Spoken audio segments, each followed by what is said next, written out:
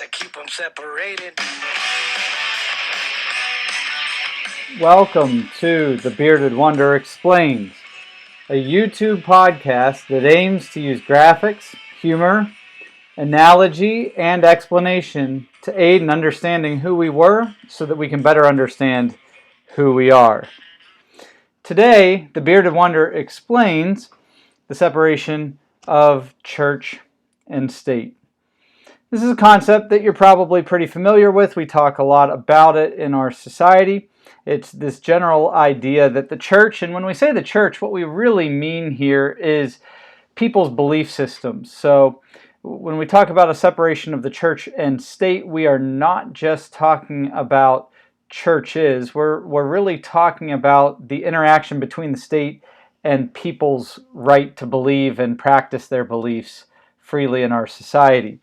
And then you have the state, which is basically that thing that makes laws, and all laws are basically a threat of force if you don't follow a certain set of demands. And so, when we talk about the separation of church and state, we're really talking about punishment for beliefs.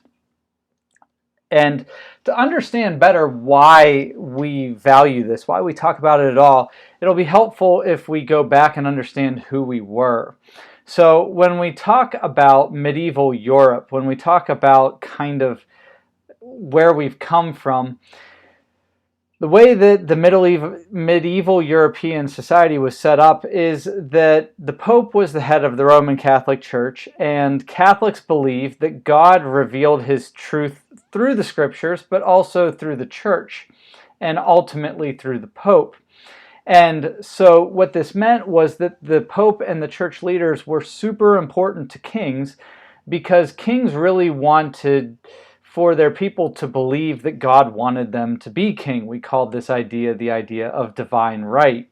Now, that's way oversimplified. The Pope wasn't the only important person. If everybody that owned land, like the aristocrats, the people that had money and land, didn't want you to be king, that was going to be a problem for you too. But let's just go with it. Around the time of the Protestant Reformation, Martin Luther and a lot of other reformers started to say that no, you know what, that's not actually how this works. God has a relationship with each individual believer. And what that means is that the Pope doesn't really speak for God, that I can pick up my Bible and I can read what God says, and that I can basically figure out what that means all by itself. Well, that's going to have implications for the king as well.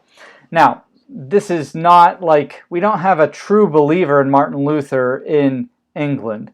Henry VIII has a problem, and his problem is that he's not having a son to pass on the throne to, and so he wants to get a divorce. His problem is that his wife is a princess from Spain. Spain is the most powerful in the 1500s kingdom in Europe, and the Pope doesn't want to lose that kind of relationship, and so he basically says, I wish I could help you out, but no. Now, Henry VIII is operating on some pretty crazy ideas here anyway, like it's his wife's fault that he's not having a son. I'm pretty sure that's not how it works, that the Y gene has to come from the male, and that would presumably be Henry VIII in this case. But, he's the king of England, and right now facts aren't really important in his narrative. And so basically what he's going to do is he's going to get a divorce from the Pope and start his own church called the Church of England, and then he's going to give himself a divorce from his princess as well. Now, the fallout of this is that he actually creates a situation where he is both the leader of the Church of England and the country of England. Now, Martin Luther would have been appalled by this, and Henry VIII called him a drunk German monk and didn't have any regard for him either. And so we're taking Martin Luther's ideas in a crazy kind of new direction, but it is important that Luther's ideas kind of gave Henry VIII at least the excuse he needed to do what he wanted. So now he's the head of the Church of England, and he's also the king of the state of England. And what that's going to do is it's going to start to let King Henry VIII make laws for the people in the Church of England. So, for example, it's now illegal for you to skip church. You have to attend a certain number of times. This is the one you have to go to. And for some people, even more importantly, this is how much money you have to pay. And this isn't like, okay, well, I made the chart for the suggested donation. This is, I'm sending soldiers to collect your tithe, and if not, then off to jail you go. And so a lot of people are thrown in English jails run by the government for violating laws made by the Church of England. So there's no separation of church and state in England. They are basically the same thing. Well, for a variety of reasons, a variety of people come to America. What's most important, by the way, we should not think that England is unique in operating this way. Many of the countries in Europe are operating the same way, although they're not following the Church of England. So in France, it's Catholicism.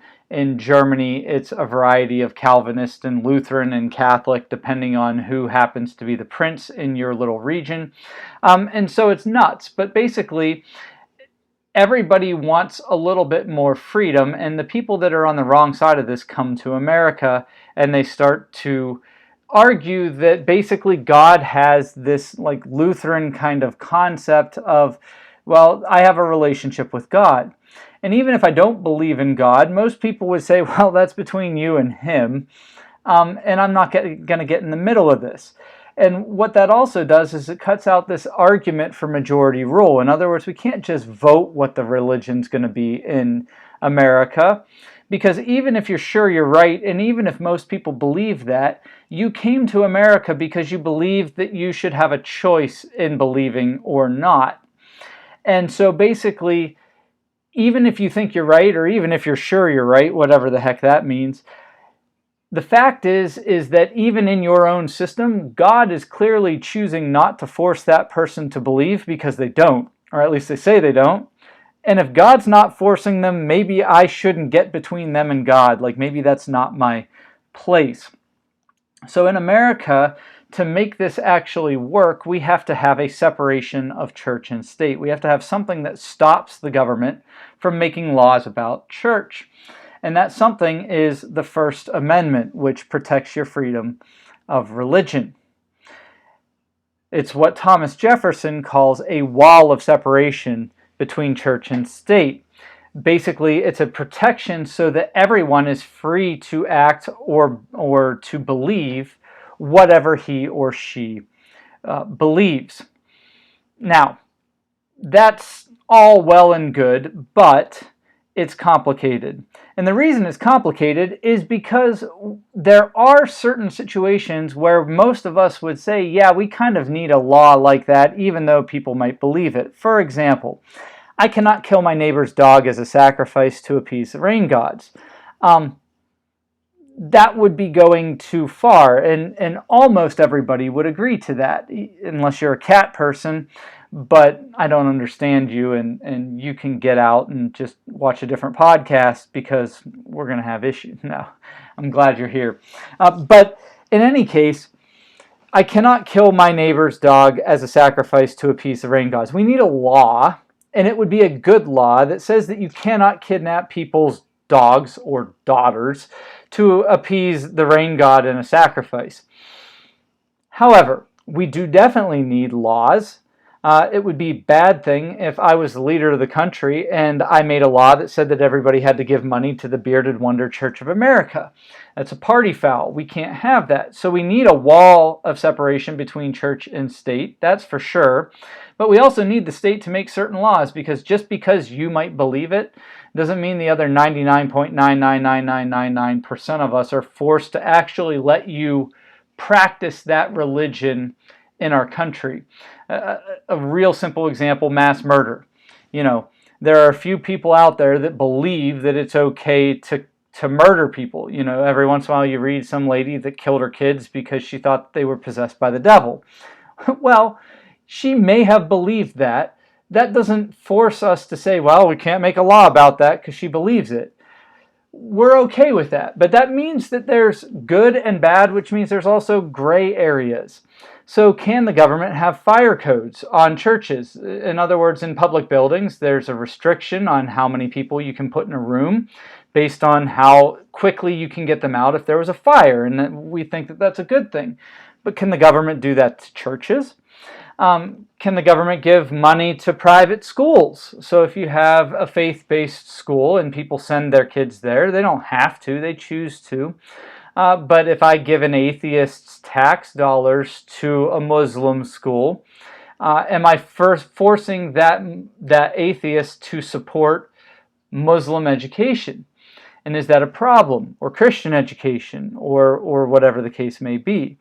Can the government shut down churches for public health? This was a big one during COVID. If we're shutting down, escape rooms, but we're not shutting down grocery stores, well, where is a church between that?